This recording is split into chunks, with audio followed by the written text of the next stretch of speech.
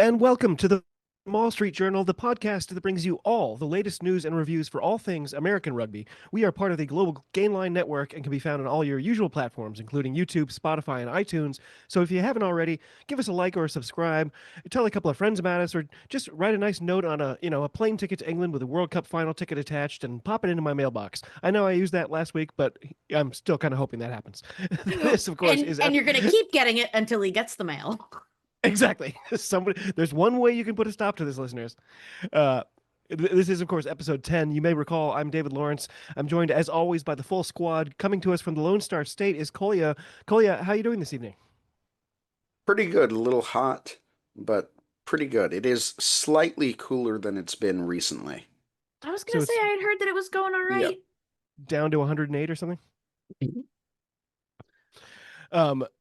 For our opening question this week, we're going with, what have you been procrastinating this week? Who would you like to? Yeah, let's do Kolya. What have I been procrastinating this week? Coming up with an answer to this question. Well, we'll give you a second. Meta Actually, answer. We can. Yeah, that's actually pretty good. The So snake ate its tail on that one. So the teachers at my school are all part of a book club, and we're reading. And the last 3 books have been books that are not really my thing, but we're supposed to meet at the end of the month. And I've read maybe 50 pages of this book. Will you tell us what the title is? Yeah, what is the title? I'm curious. It's that young adult Aragon book from 20 years ago. Oh, wow. So they're really demanding of you. I was worried yes. It was going to be they're doing some Colleen Hoover or something where it's book talk. Okay. Of course, coming to us from the Show Me State, it's Julia. Julia, how the heck are you? That's exactly what Virginia is. Thank you so much. You're absolutely right. And from here in St. Louis, where I am, my procrastination is unfortunately going to give away that I am not, in fact, in Missouri.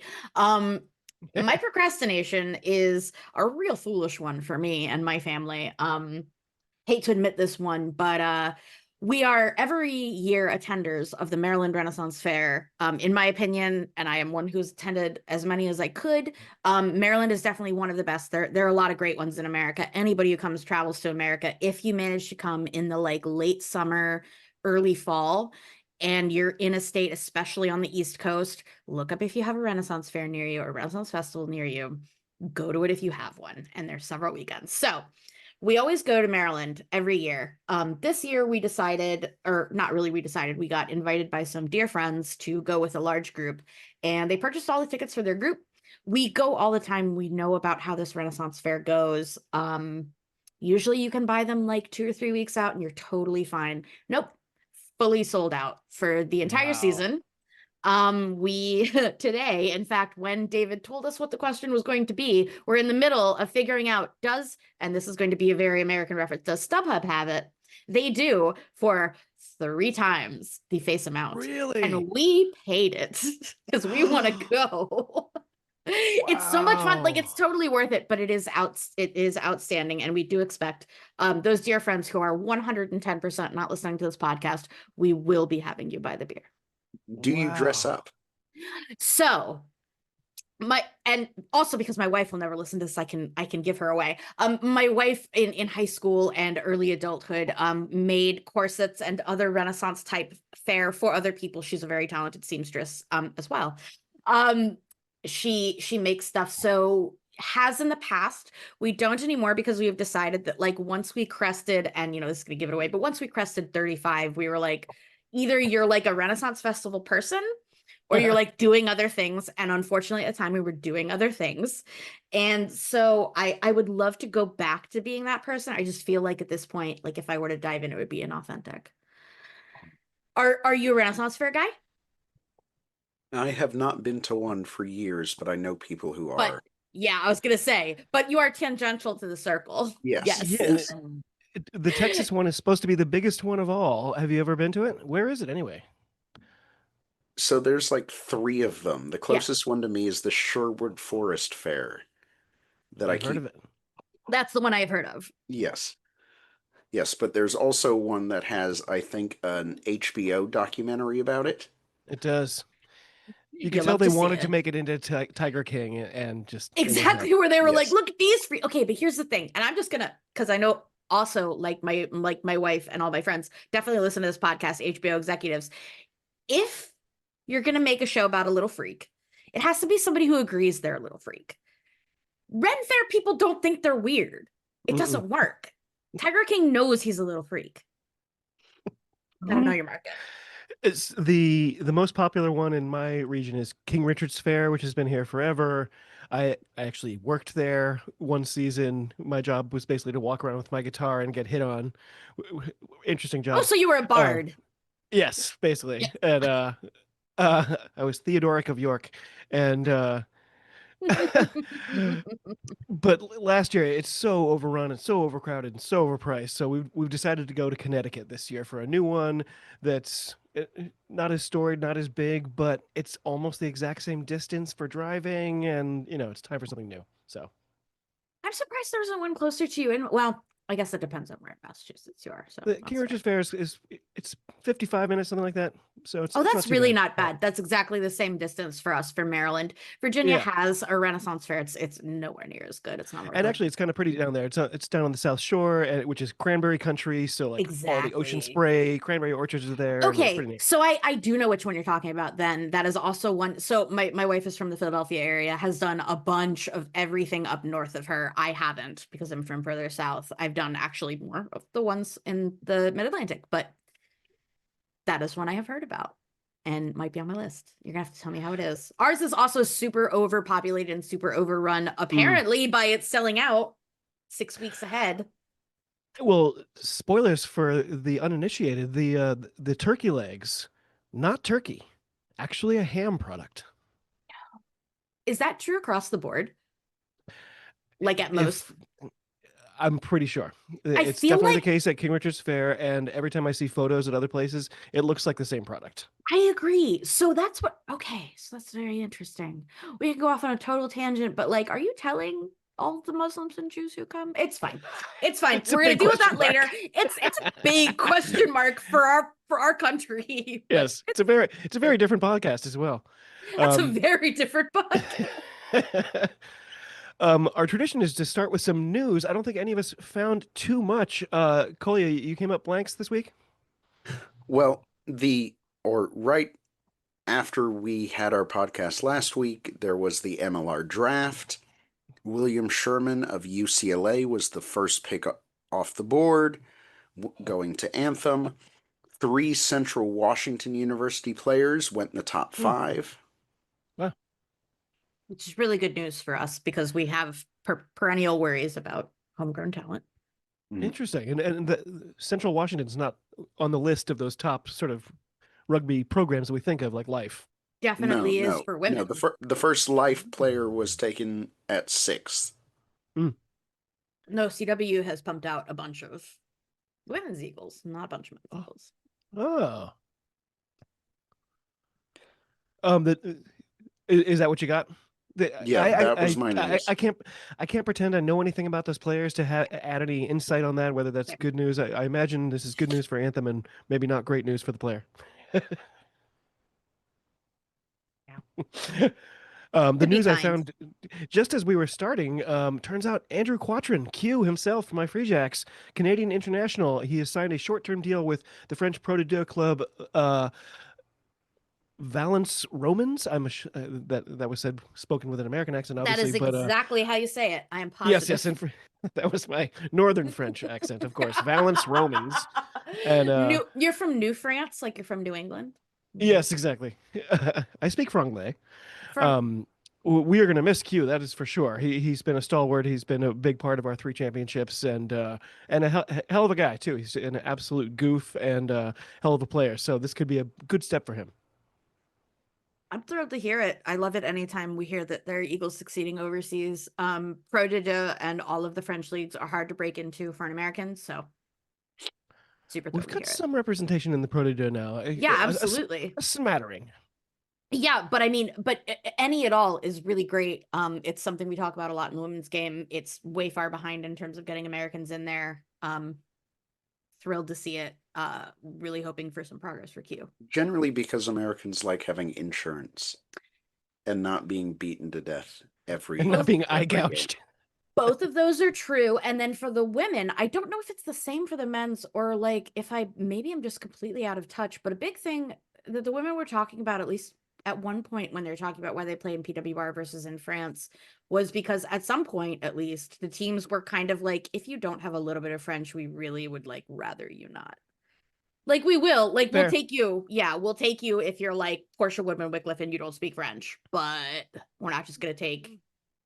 That was how it was a few years ago. I'm really hoping that it's different. And for the men, awesome.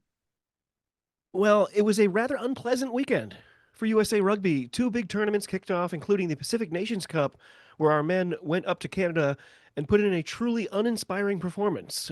With the word regression being tossed around a lot, Canada went on to win 34-20, but it didn't really feel close like as it unfolded. Julia, did you end up watching this one?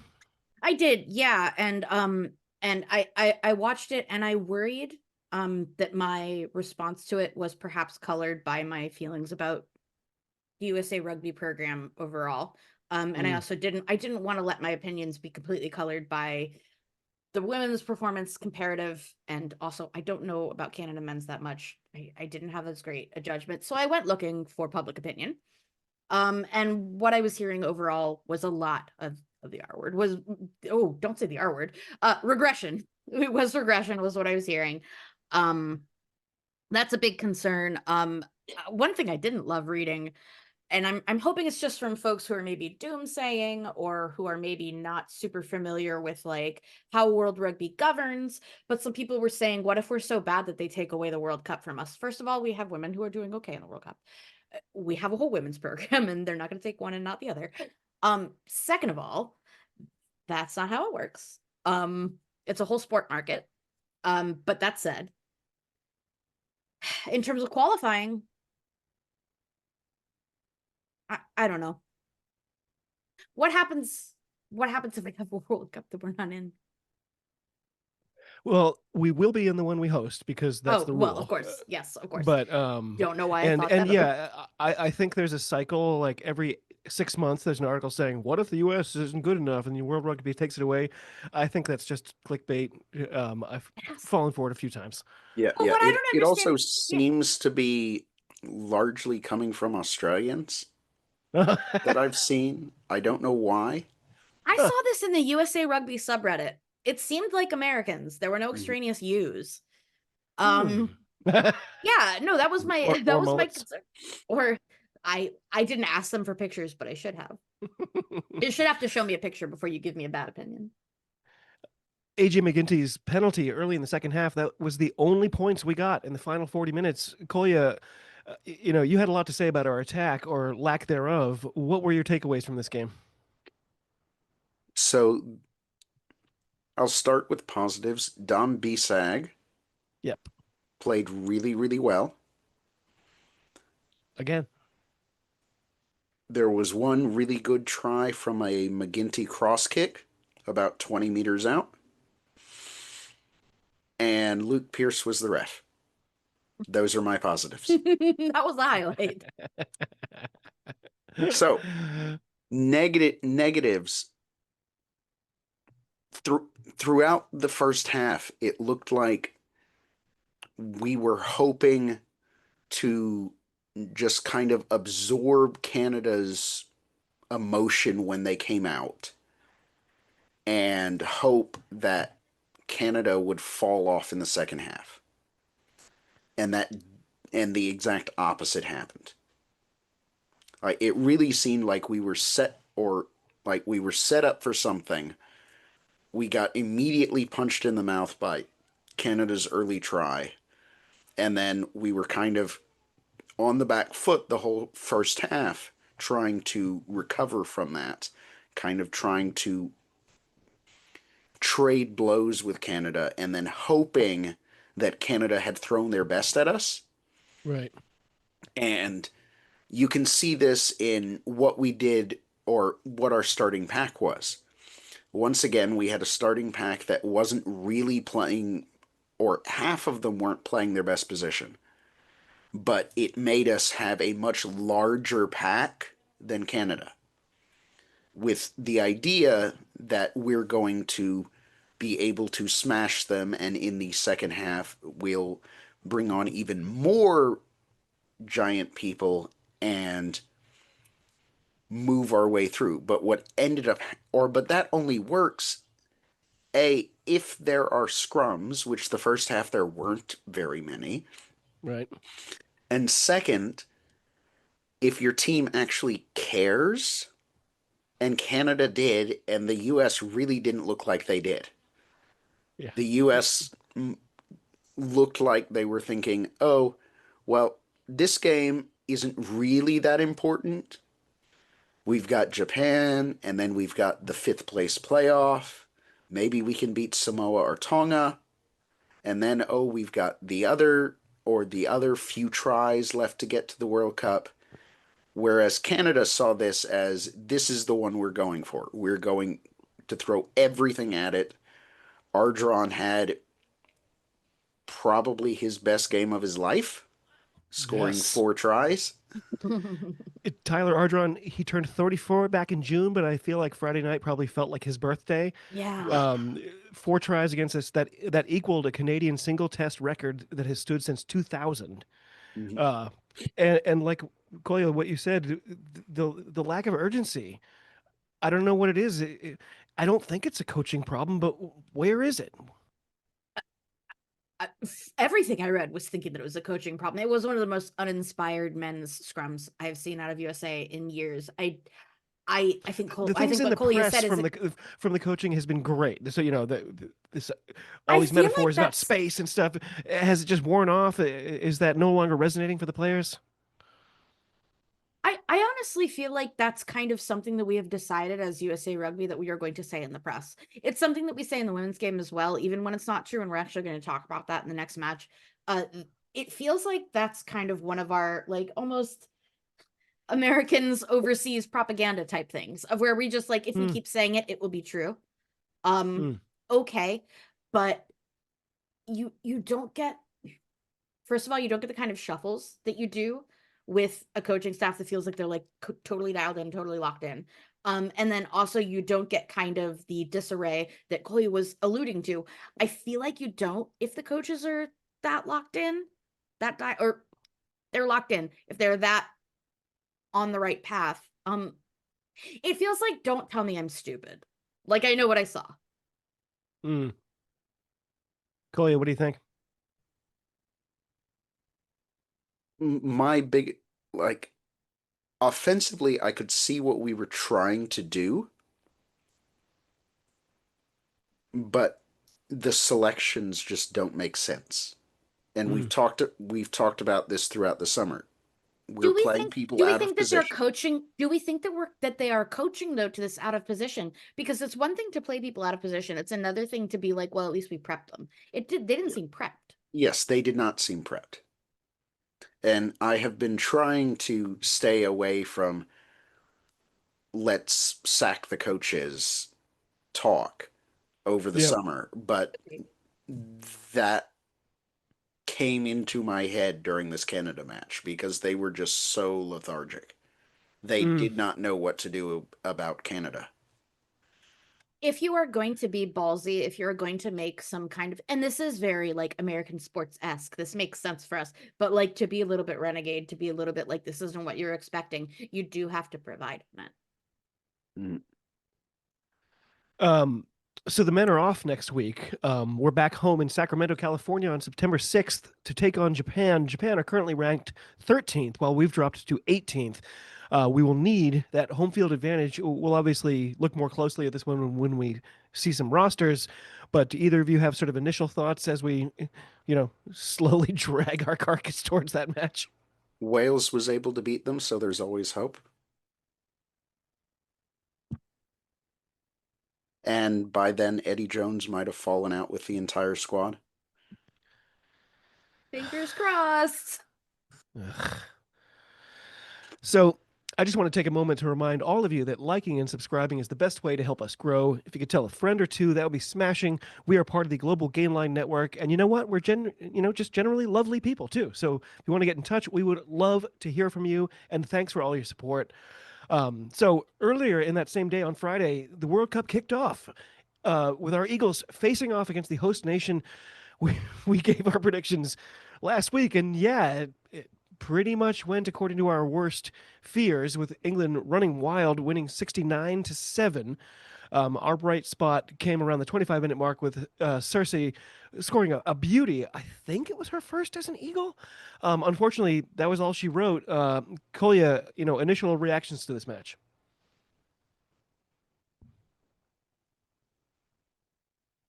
I was hoping that England would come in, feel pressure, and be a bit slow, and the US would kind of front up saying, "Hey, this is our time to make a statement." But this whole first set of matches at the World Cup kind of put paid to that, as Yes, the favorites won every match by a lot. by a lot. I It's think funny my because I think the, my close, the favorite closest one bit. was France Italy, but Italy got shut out, so it kind of Yes, seems like it's all yes, Anyway. yeah, yeah. I think my favorite bit throughout this whole first set of matches was the Brazilians chanting TMO after literally every tackle. You would love little crossover note. This is the benefit of being on the Global Gainline Network. I can Yes. cross over a little bit. If you enjoy hearing much more about the behind the scenes of that Yeah. South Africa Brazil, hit up Women's Rugby Treehouse. We talked a Yes. lot about that match. Yes. Fantastic match. Weren't the vibes great? By the way, it's okay to Yes. say on a USA Oh podcast. yeah. What a fantastic time! Like, Mhm. even though it was a drubbing, it was so fun to watch the Brazilians. Yes. Nice palate cleanser. Yes. Julia, what about you? Tell us about your reactions sort of as this sad saga unfolded. So I think we set it up well in our preview, honestly. What I am disappointed by is that a lot of what we all thought that we saw building towards, and I'm not ready to say that it didn't happen or anything, but it certainly fell apart here. It did feel to me like a completely unforeseen uh we knew it would be a loss. It didn't need to be this big. There were a lot of malfunctioning parts, and it was all the way across the pitch. That's really not what you want to see. It was, and we said so in nicer terms. We said so that the lineup didn't look exactly right. It A few decisions were strange. Unfortunately, a few people that we usually consider really reliable didn't perform. Um, and overall, it just ended up being a lot of truly missed opportunities. And I really appreciate that the greater rugby world has actually talked about that match in retrospect. Luckily, most of them aren't hurting USA fans like we are. Mhm. A lot of them are neutrals in this game or root for England, which who cares? But but the game did expose a lot of the weaknesses in the Red Roses, which is good news because you want to see that for the rest of the cup. What really is frustrating is that, yeah, we did expose some of the weaknesses and we did not capitalize on almost any of them. No. Um, there were moments that were not about the Red Roses being the best team in the world and us not. We had the dropsies. Was it? I just don't. People are like, oh, that's Yes, probably nerves. I don't buy that. I I don't I think these don't at all. Eagles go. So Oh, I'm so nervous. It's England. No, they're professionals. They do this. This is no, this is what they're living for. and it's important to remember, especially for American listeners who are used to American rugby, it's important to remember that when it comes to the women's team, many of those players, including everybody who both performed well and really dropped the ball, all play in the PWR, which is in England. Right. We have a few players who play in other pro leagues. Even and by the way, the best performers that we had, Kristen Bitter is not currently in the PWR. She's going over. But Kristen Bitter, I think, had the best performance, which isn't saying much. She came off the bench. We had a lot of 10 trouble. It's great that she was there. Fantastic. It reset a lot of some of the problems that we had, but several of them couldn't be adjusted midstream. Yeah. I said it on my women's podcast as well. I'll say it here. I think it was a complete waste to have Talia Brody in the second row. I think that we completely locked up all of her skills. A lot of the missed opportunities that you saw by the pack, I feel like were lost by a malfunctioning scrum to arriving to the next phase too late. When you are facing a pack like the Red Roses, like you can't be cute. And I felt like we were trying to be cute by being like, you didn't expect this. No, they didn't, but it didn't matter.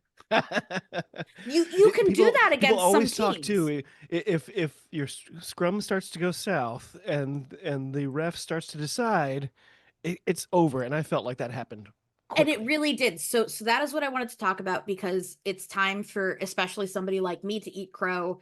But for example, some people that we really rely on really didn't show up. I don't want to say it, these are some of my favorite players, but it behooves us to say where the performances lacked, because hopefully they improve next week and then we can compare and contrast. But our front row, which is my favorite part of our team, completely malfunctioned. Yeah. Yeah, Bugs the Bunny would have things described them as getting moidalized. moidalized, absolutely, and that's both funny and true. There were a lot of things that you expected that we would do better, not win at, but there's a difference between being completely pummeled and winning. We as a pod expected that gray area because that's how we had been performing, and when you look at the performances from the warm-ups to now, everybody would have expected better. I'm hoping that this was maybe a learning experience. It also might have been that the coaches looked at this and were like, if we have any opportunity to test this against a very hard team, let's just do it here where we know we're going to lose. Okay, well, I hope you learned. I hope you know now. Kolya, do you think there's any chance of that? Do you think will a coach ever approach a game like this and say like, we're gonna lose, so let's just mess around? It happens. You'd hope that it wouldn't happen during a World Cup, but I have seen this happen. Yeah. And the thing is, when the USA women's team has not ever had the spotlight like we have now, and already had a warm welcome in England, it's the only thing I can think of, because otherwise I don't want to believe that Fuka is already messing up. I don't think that's the case. Right. I would like to see more than one screw up, and this one seemed like you tried, you mavericked, it didn't work. I think my highlight came on the 53rd minute when Hannah Botterman finally got subbed out. She was absolutely gobbling us up out there. She was simply incredible. Absolutely. There's a very good chance I think she's going to be a nominee for Player of the Year. Yeah. Botterman's having a fantastic year as it is. She had been having a fantastic year at Bears as well. Slancha, great. Yeah. I can't wait to We were see. like her greatest gift. Exactly. Which is really unfortunate because it didn't have to be that way, I don't feel. Kolya, if you're putting on your coaching hat, what are the 3 top things that you're going to address this week for this team? Great question. The front row, which hopefully should be an easy fix. 100%. The halfback partnership, which just didn't fully fire. And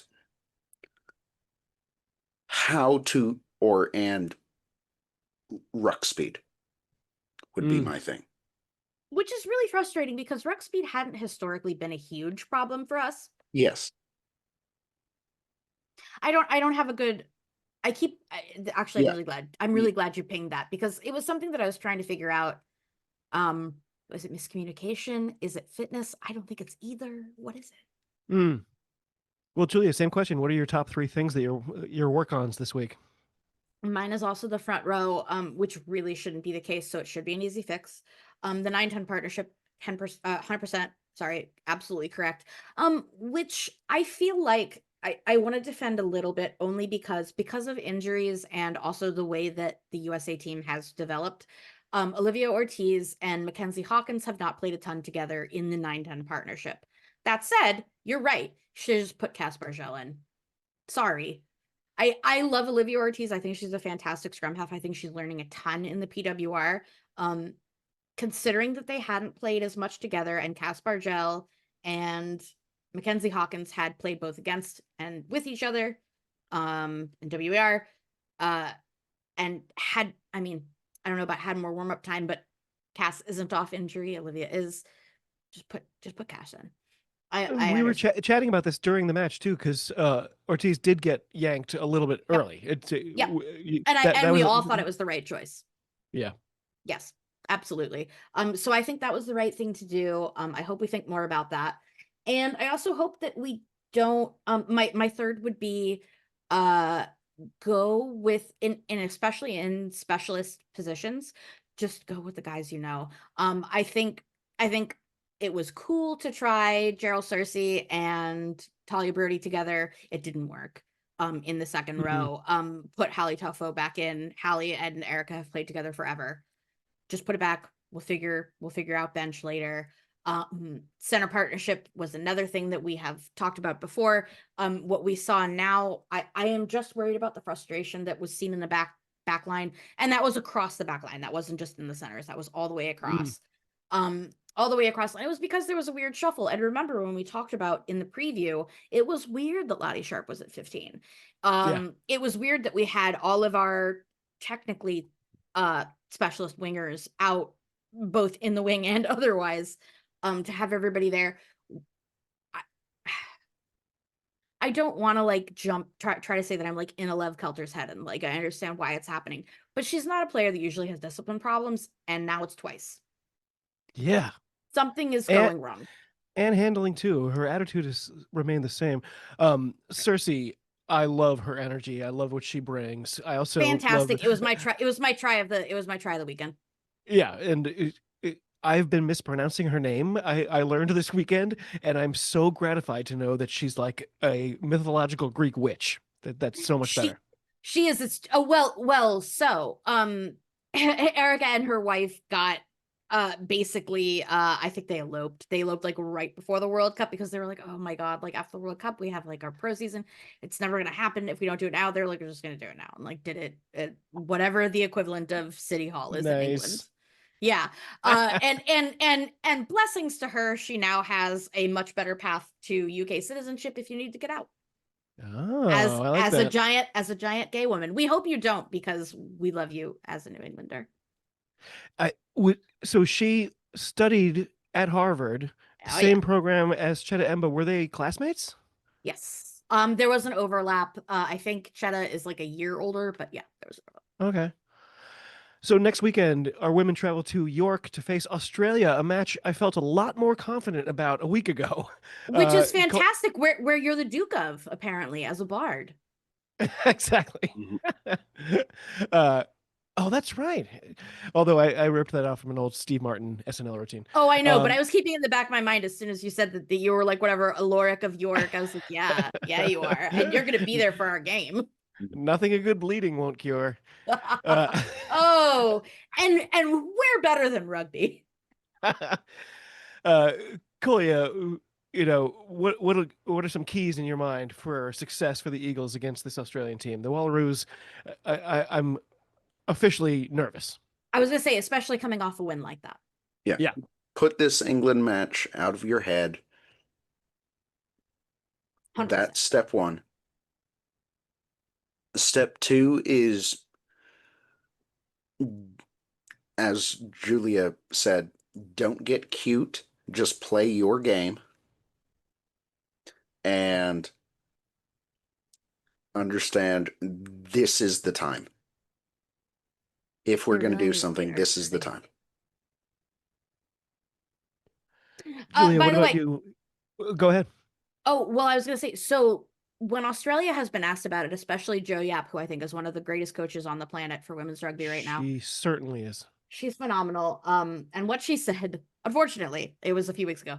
But this is the game that they're targeting. This is the game that gets them out of the pool. Dang it. Yeah. I mean, she's right. She's right, of course. She's right. And but so are we.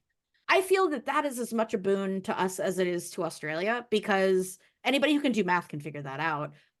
USA is the one who needs to keep it in their mind. Yeah. We've talked about it before, Julia. Like, I feel like we're kind of in Australia's heads a little bit, but more for the sevens. I'm hoping there's some bleed through for that. I'm hoping so. I mean, I'm hoping, I'm hoping Cheddar comes off injury. I'm hoping that we get more of our 7 stars in and integrated in some way, in an effective way. Especially having watched and reflecting upon all of the matches, especially Ireland. They integrate their 7 stars really well. We can do that. And we may have to. It's not the best place to be in, but it's not the time to talk about it at the World Cup. So if we need them, now has to be the time. And This Julia, has to be the weekend. what's our biggest advantage against the Wallaroos? It is our ability to improvise, if we use it properly, but that's really dangerous. That is my answer, but they know, and I'm not telling them anything they don't know, but you have to use it judiciously.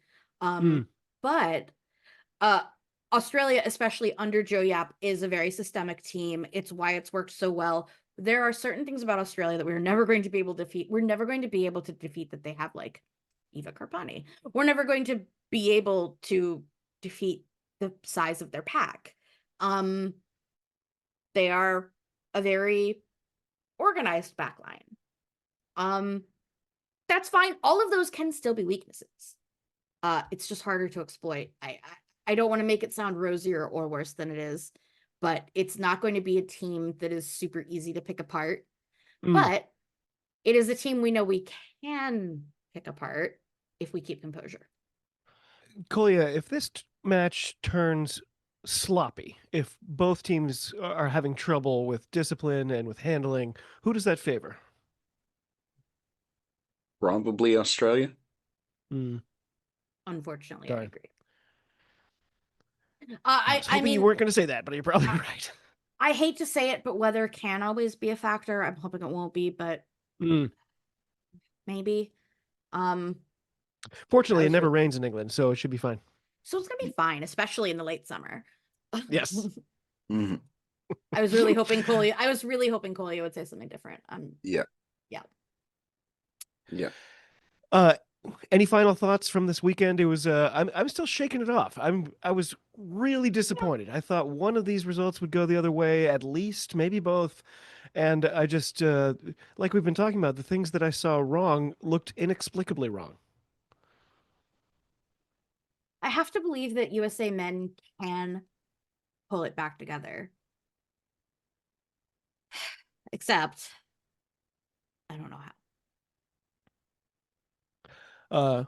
Kolya, any other final thoughts? Yeah, that the second half of both games was that fun meme of a dumpster fire. Every now and then, AJ McGinty gets that look on his face, and you're like, oh, God, this poor fellow. Oh, here we go. So each week, we do try to find some grassroots. None of us really came up with anything. This is kind of fake grassroots. So my pal Josh, who I met at a Free Jacks game like several years ago, he's been pursuing becoming a ref, and it's absolutely working out. I saw him officiating the Rugby Town Sevens this weekend. We were He so did a excited great job. Yeah. So Shout cool. out, Josh. It was awesome to see him out there. Shout out to you, Josh. Congratulations. I met Josh because he loved dressing up for the Free Jacks games, and he and his pals got these like Matrix style, like long black leather cloaks, and then emblazoned them with Free Jacks stuff. And they led all the loudest chants. They just had these voices. But then Josh wanted to get into refereeing, and they were kind of like, yeah, you can't be causing a scene like this on the weekends. And they also told him he was too fat, and he was a very slender individual. So tough industry. It's tough. And That's also weird when you've got a bunch of props who ref. It's legal. You should let them. Yes. Yeah, it's not a fat test. It's a can you run that amount test. That's all. But that's the thing, though, is that if there's any sport in which, like, you are very surprised by the large woman who runs, or the large man who runs very much as this one, Yes. I I don't like that story because it immediately brought to mind one of my absolute favorite. I'm sure he's long retired now, but he was reffing when I was in college here in Virginia. And he was a bigger guy, and he was our favorite. First of all, Mm. he never didn't keep up. He always kept up, and he was a former prop. But also just like as another front rower, like it felt really nice for somebody who believed in me and who like understood my pleas. Coalition, let props ref 2025.